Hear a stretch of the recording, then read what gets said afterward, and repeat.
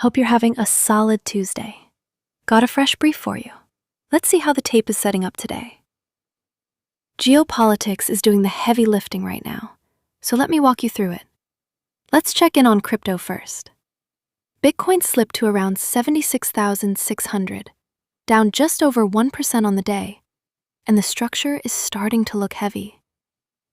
Ethereum's right alongside at 2092, also off about 1%, and still struggling under its key moving averages. Solana's the laggard at $84, down more than 2%, and the broader heat map is a sea of red, with Zcash off nearly 7 and Hype down 4.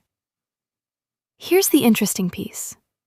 Fear and greed sits at 34, deep in fear territory, but the 7-day trend is actually rising, up 9 points from 25. So sentiment is healing even as price bleeds, and we've only been in fear for 2 days. Last time we sat at 34 was May 16th, and historically, fear prints have led to a median move of basically 0 over the next week.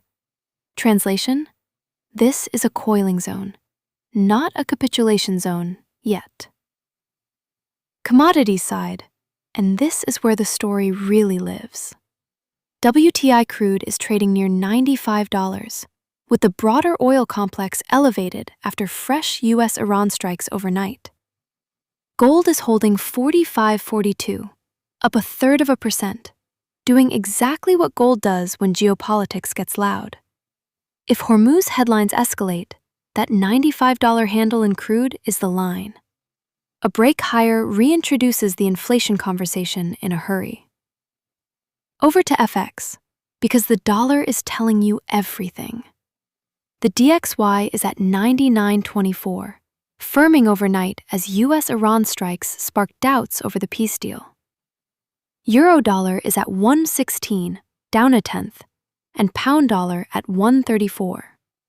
A bid dollar with crude this elevated is classic risk-off positioning, and it's pressuring crypto and equities in tandem. Headlines are dominated by the Middle East. Dollar firmed after US-Iran strike reports.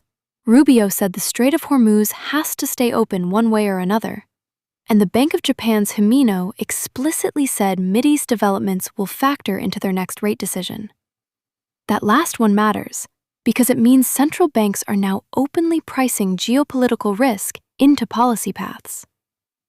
Meanwhile, the S&P closed at 745, up over 1%, so US equities haven't gotten the memo yet. Looking ahead, the calendar is quiet today and tomorrow. The main event is Thursday, with US Q1 GDP and durable goods both hitting at 12:30 UTC, followed by new home sales at 14 UTC. Until then, every Hormuz headline is the macro print. That's it for today.